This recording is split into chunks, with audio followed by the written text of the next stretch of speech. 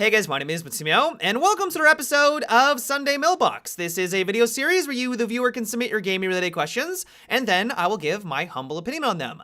To get the formalities out of the way real quick, if you would like to submit your own question that could be featured in an upcoming episode, you can do so by leaving a comment down below, or by sending me a Facebook and Twitter message. The first question for today comes from Sam, and it is, what do you think about the recent Rainbow Six Siege leaks for Season 4? I gotta say that it's making me pretty excited. Now, before we get into the details, I do want to mention that this is a leak and nothing's been confirmed officially. And so things could change, things could be wrong, but the fact that there's been videos, there's been multiple sources, it's looking like these operators that we know about and the new map are looking pretty likely. And so first of all, it looks like the new attacking operator is going to have access to some sort of impact grenade that will allow him to open up holes in reinforced walls. This has the potential to be a game changer. Now, I don't think that these holes will be big enough that you can jump on in, because that would basically make Thermite and Thatcher obsolete. If you no longer had to worry about jammers, you didn't have to worry about the bandit trick anymore, you didn't even need to have someone go up to a wall and place a charge on it, you could just throw these grenades at a side of a reinforced wall and everyone could just jump on in. There really wouldn't be any reason to use those two operators anymore. I mean, I'm sure they would still have their place, because then you could have two operators that would allow you to get into an objective room. But all in all, if you needed one guy to open up reinforced walls, this new operator would be your go-to pick. And so my guess is that it will open up holes that are large enough so that you get a good field of view what's going on behind it, but not large enough so that you can jump on over. Even still, this is going to have a dramatic impact on the way that we play on certain maps. Bandit trick is no longer going to be as viable anymore. If Bandit is trying to do something like this, all you need to do is open up the hole and shoot at him as he tries to run away.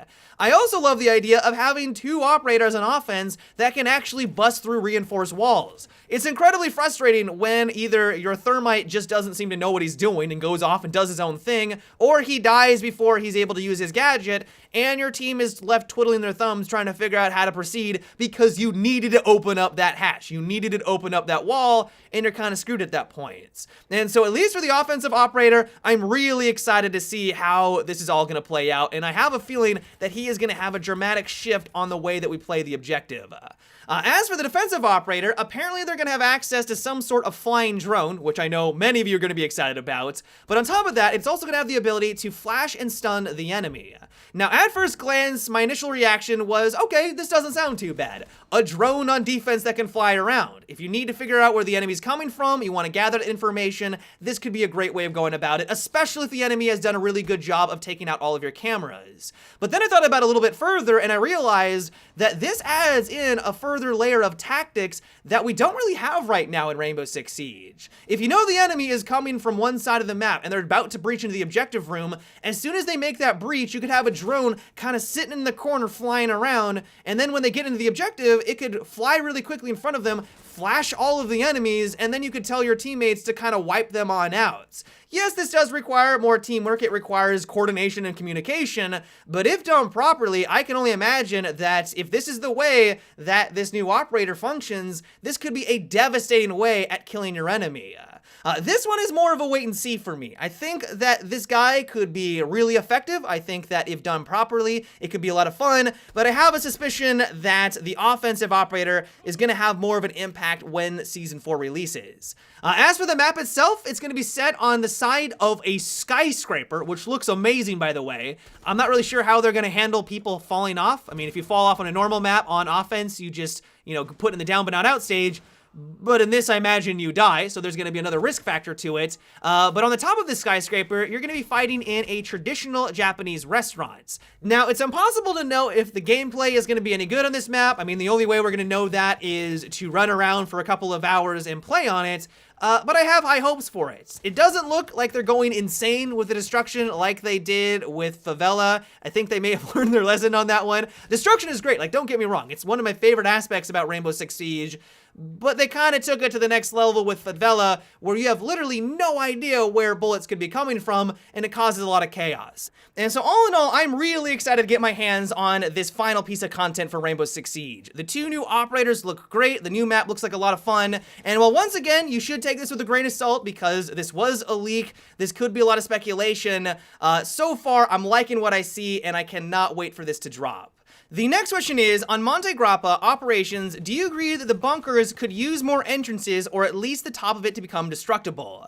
I don't know what DICE was thinking when they designed operations on Monte Grappa, because while I like the map overall, I think it's gorgeous, it has some very unique gameplay, I think it's really fun, as soon as operations gets to those bunker sections, it becomes a nightmare for the offensive team.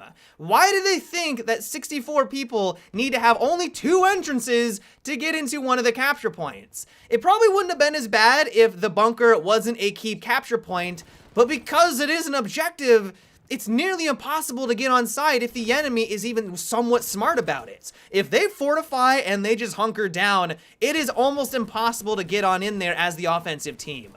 There are a couple of tactics that you can use. You could switch on over to the medic class, have a bunch of you and your friends to use the grenade launcher and kind of bounce your grenades around the walls and kind of launch them in there, and that works some of the time, but because there's only 2 entrances and they're just going to be constantly grenade spamming and throwing down gas grenades, even that tactic isn't all that successful because you're basically having to clear out like 10 plus people all by your lonesome. It truly is a nightmare on the offensive team. I do not know what DICE was thinking, and so I agree with you. I don't know if they're gonna go on in and completely redesign the map. I mean, they might. They might go in, realize that this is a mistake, because only having 2 entrances is madness. 3 entrances, admittedly, is kind of small as well for 64 players. Now, if we did get the option, like you recommended, to blow open the turret and then use destruction to open up a roof entrance, then this would be much more manageable. You could shoot them from above, you would have a 3rd access route, and these capture points would be a lot easier to take. That would be a huge step in the right direction for me. Who knows, maybe a lot of you guys are gonna disagree with me on these suggestions because you think I suck and I have no idea what I'm talking about, and Monte Grappa is really easy on offense, but it seems like I'm just slamming my face against a wall every single time that we get to these capture points, and unless my team gets really lucky and we're able to rush on in and take it for our team at the very start of the round, it's just not gonna happen. And so, yep, I 100% agree with you. I truly do believe that DICE screwed up, at least on the operation version, and I would be on board if they made some slight tweaks there. The next question comes from Nathan, and it is, for Battlefield 1, do you think they should be able to spend war bonds on battle packs? I have all the guns I want to use for all of my classes, and I can't think of anything else to buy.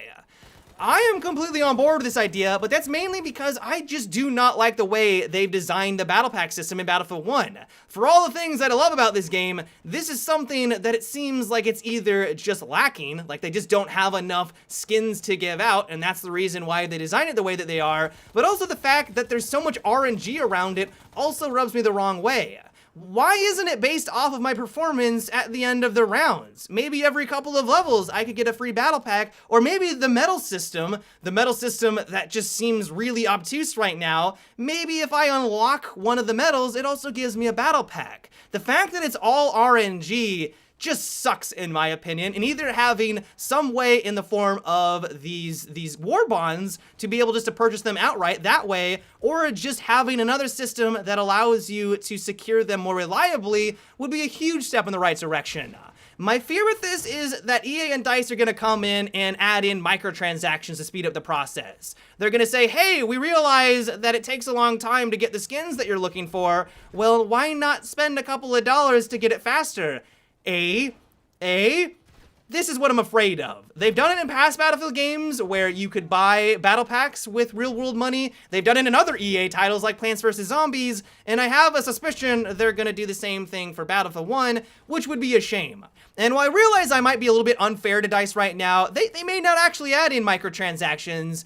This is what I'm afraid of, and this is probably the reason why I like your idea so much, because it gives us more control over our progression. If we want to save up our war bonds because we're not interested in the battle packs for this week, and we want to wait for the battle pack that has more skins to our liking, this would be a great way of handling things. But yeah, guys, that is about it for today's Sunday Mailbox. I hope you enjoyed.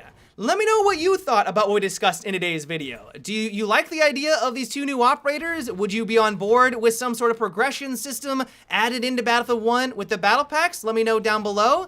As always, if you would like to submit your own question for an upcoming episode of Sunday Mailbox, let me know down below or by sending me a Facebook and Twitter message. But yeah, guys, until tomorrow, have a good one and take it easy.